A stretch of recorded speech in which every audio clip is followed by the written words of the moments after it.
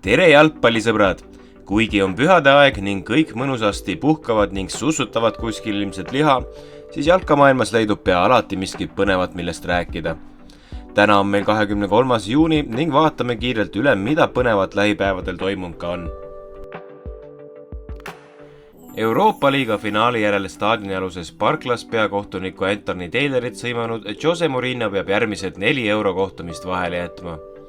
UEFA määras Mourinhole 4-mängulise juhendamiskeelu selle eest, et ta järgnes 44-aastasele Taylorile pärast mängukohtunike väikebussi juurde ning kasutas solvavat sõnavara.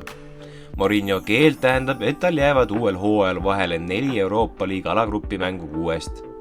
Samuti pandi Roomale 9 võõrsil peetavaks euromänguks keeld müüa oma fännidele sinna pileteid ning klubi peab tasuma 55 000 euro suuruse rahatrahvi, sest nende poolehoidjad viskasid finaalis esemeid väljakule ja kasutasid pürotehnikat.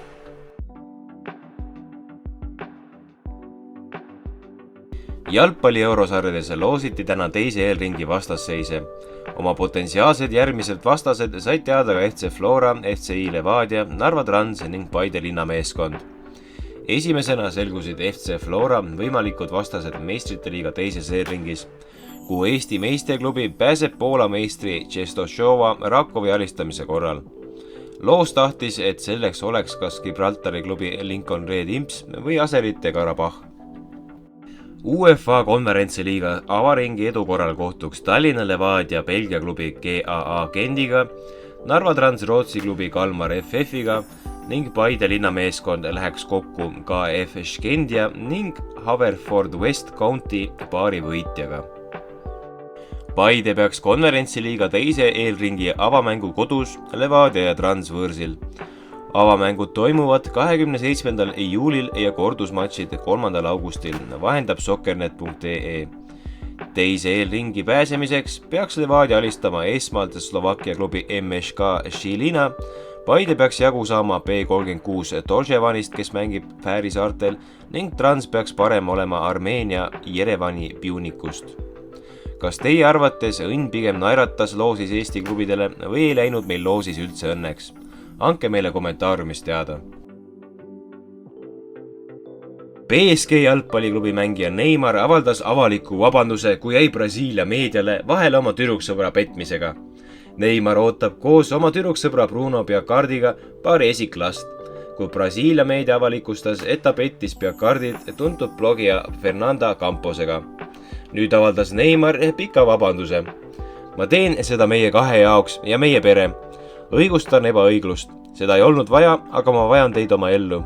Ma näen, paljud sa oled pidanud kogema, palju sa oled selle pärast kannatanud ja kui väga sa tahad mu kõrval olla ning mina sinu kõrval, seisis Neymar Instagrami postituses.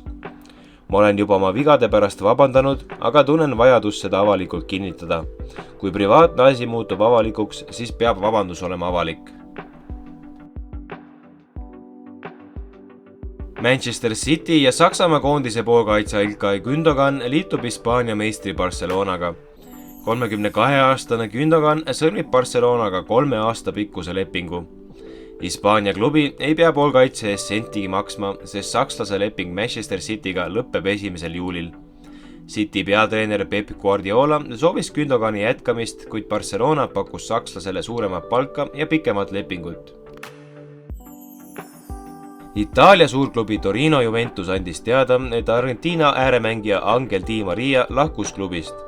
35-aastane Di Maria mängis Juventuses 1 hooaja, saades kõikide sarjade peale kirja 40 kohtumist ja 8 väravat. Neist 4 Itaalia kõrgliigas ja 4 Euroopa Liiga play-offides.